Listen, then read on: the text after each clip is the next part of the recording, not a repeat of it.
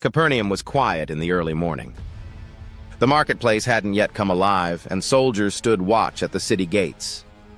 One of them, a Roman centurion, looked out toward the sea, his armor catching the sunlight. He was a man used to giving orders, and others obeyed without question. But this morning, the power he carried felt heavy. His trusted servant, more like family than a subordinate, was sick and near death. Nothing the doctors tried was working.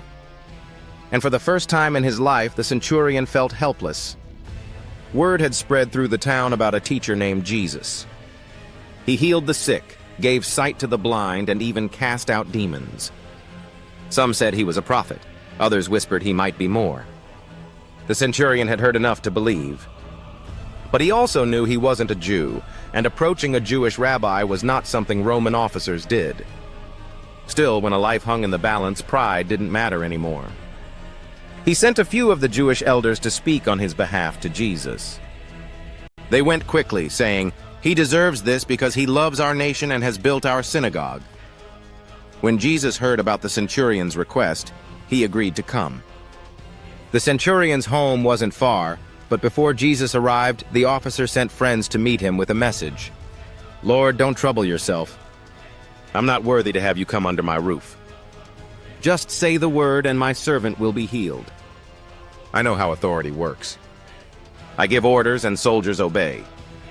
I believe your word carries that same power. The group fell silent. Jesus stopped walking. For a moment, all anyone could hear was the wind brushing through the olive trees. He turned to the crowd following him and said with amazement, "I tell you, I have not found such great faith even in Israel." Those words echoed, not of rebuke, but of wonder. A Roman soldier, an outsider, had recognized what many insiders had missed, that faith is not about position, but about trust. As the friends returned home, the centurion waited by the bedside. His servant's breathing had been shallow, labored. And then, it changed. The young man opened his eyes, strength returning to his voice. He sat up.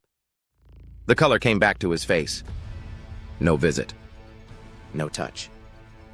Just a word spoken miles away, and healing filled the house. That day, the centurion learned something more powerful than command or rank. True authority didn't come from a sword or a seal. It came from the one who spoke creation into being. Faith doesn't always require sight. It simply believes that when God speaks, it is enough. And that's what makes this story so powerful. A reminder that even when we feel unworthy, unseen, or far away, His word still reaches us.